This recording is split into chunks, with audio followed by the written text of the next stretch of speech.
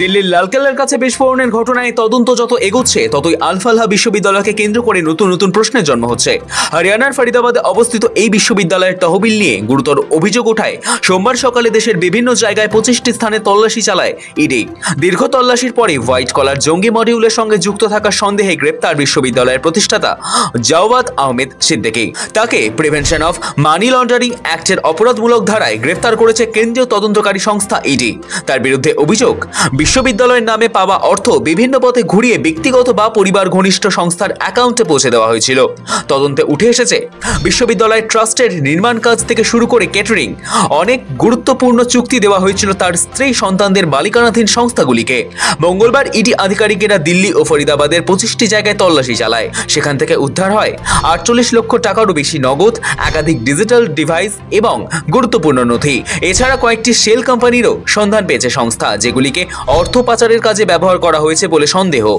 দিল্লি বিস্ফোরণে গোয়েন্দাদের রাডারে হরিয়ানার সেই আল-ফালাহ বিশ্ববিদ্যালয়কে আগেই সাসপেন্ড করেছিল অ্যাসোসিয়েশন অফ ইন্ডিয়ান ইউনিভার্সিটিজ। পরে দিল্লি পুলিশের ক্রাইম ব্রাঞ্চ আল-ফালাহ বিশ্ববিদ্যালয়ের বিরুদ্ধে 2টি এফআইআর দায়ের করে প্রতারণা, নথি জালিয়াতি, অ্যাক্রেডিটেশন সংক্রান্ত অসঙ্গতি নিয়ে। এরপরই বিশ্ববিদ্যালয় প্রশাসন ও প্রতিষ্ঠানের সঙ্গে জড়িত কয়েকজনের ওপর বাড়তি নজরদারি শুরু হয়েছিল।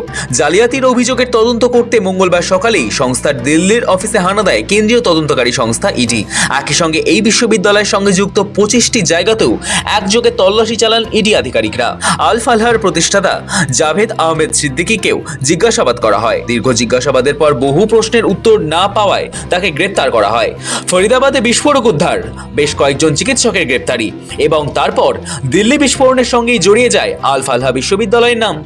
ইডি জানিয়েছে, আল-ফালাহ গ্রুপ 1990 সালের পর থেকে যে হারে দ্রুত বৃদ্ধি পেয়েছে তা তাদের আর্থিক হিসেবের সঙ্গে মিলছে না। এই অস্বাভাবিক উত্থানের নেপথ্যে লুকিয়ে রয়েছে অর্থ পাচারের ছক, এমনটাই দাবি তদন্তকারী সংস্থার। সূত্রের খবর, আল-ফালাহ বিশ্ববিদ্যালয়ের বেশ কয়েকজন চিকিৎসক রয়েছে এই নাশকতা নেপথ্যে। দিল্লির বিস্ফোরণের আত্মঘাতী জঙ্গি ওমর মোহাম্মদ এই আল-ফালাহ বিশ্ববিদ্যালয়ের সঙ্গে যুক্ত ছিল।